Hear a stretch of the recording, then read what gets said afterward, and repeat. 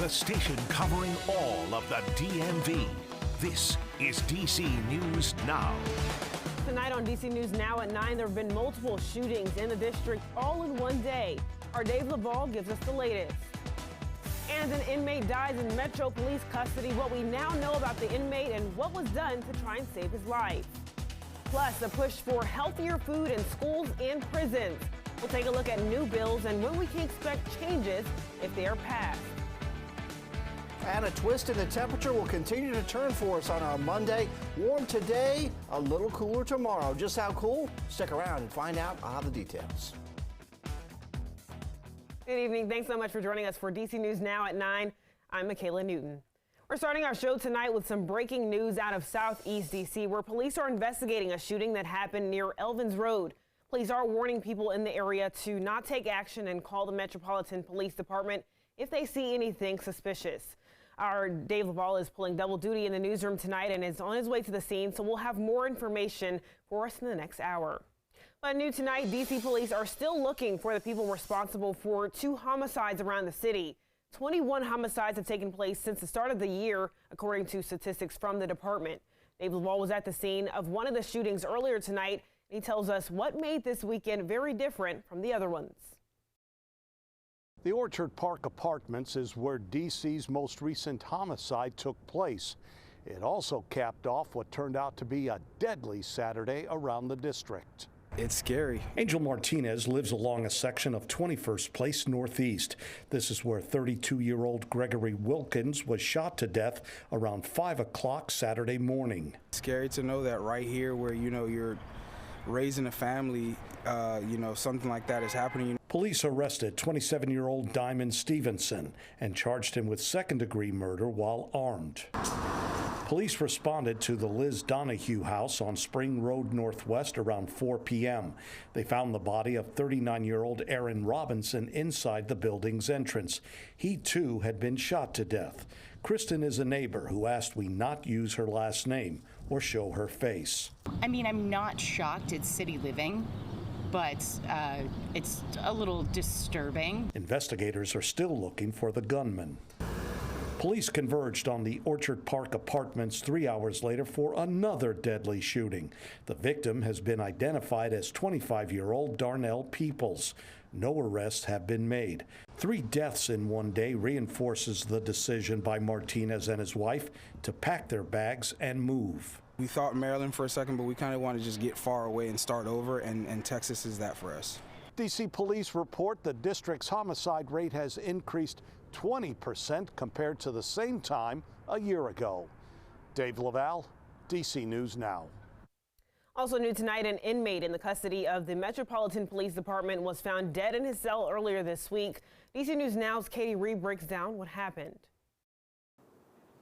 Just 4 hours after 44-year-old Marquez Parker was arrested on Thursday, he was found unresponsive in a cell here at the 2nd District cell block.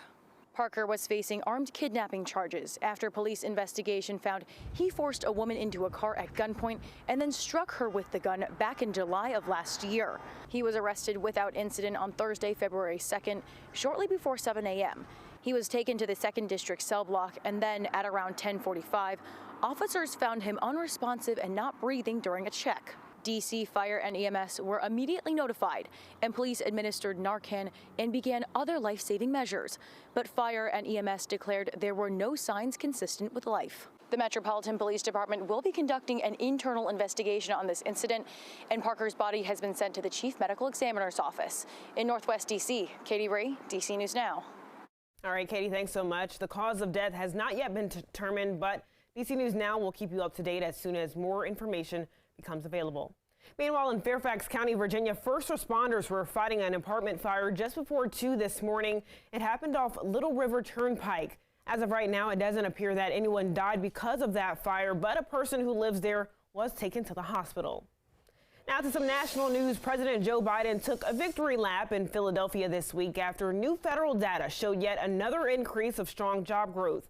DC's Raquel Martin has more on the story.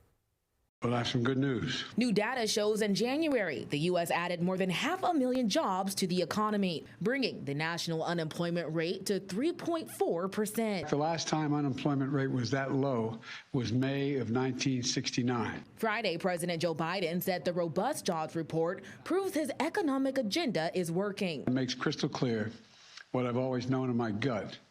These critics and cynics are wrong. According to the report, job growth was especially strong for restaurant, retail, and construction businesses. But the big question remains whether the new job gains will hurt the Federal Reserve's efforts to try and bring down inflation.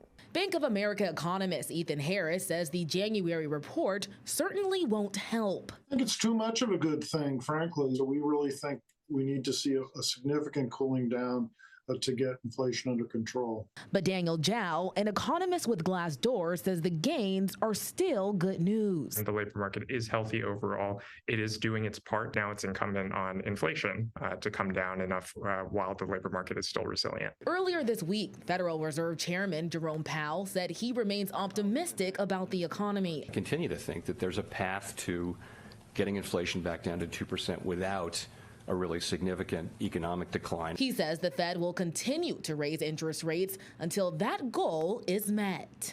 In Washington, Raquel Martin.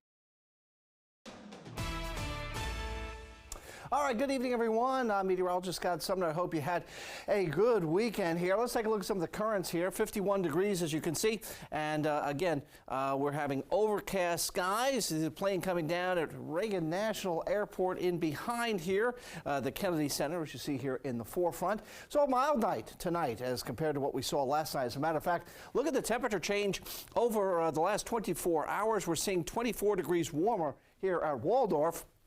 19 at D.C. So you get the gist of it, anywhere from 13 to as much as 26 degrees warmer. A very mild night compared to what we had last night, but we'll get a little cooler as we go into tomorrow. Why is that? We have a front that's going to be moving on in and across the area. We're currently seeing clouds on top of the area, but those clouds will eventually clear here, especially after the midnight hours, so we will cool down just a bit, but at least we'll be dry. We're not seeing any showers in the forecast here in the short term. Matter of fact, our rain chances are not going to be seen until Thursday, when it's kind of on the likely side that we will have some rain at that point in time, and then beyond that, potentially to start next weekend. All right, so if you're planning your evening this out tonight, you've got to go out for whatever reason between now and, say, the midnight hour. Temperatures will be holding into the 40s across the area. However, the cold front is going to pass through tonight, and the winds, well, they'll pick up once again. They were a little bit blustery earlier today, but they will be that way as well for the start of your week. And the big story is a major warm-up by midweek. We'll break it down for you with my 7-day forecast coming up in just a little bit.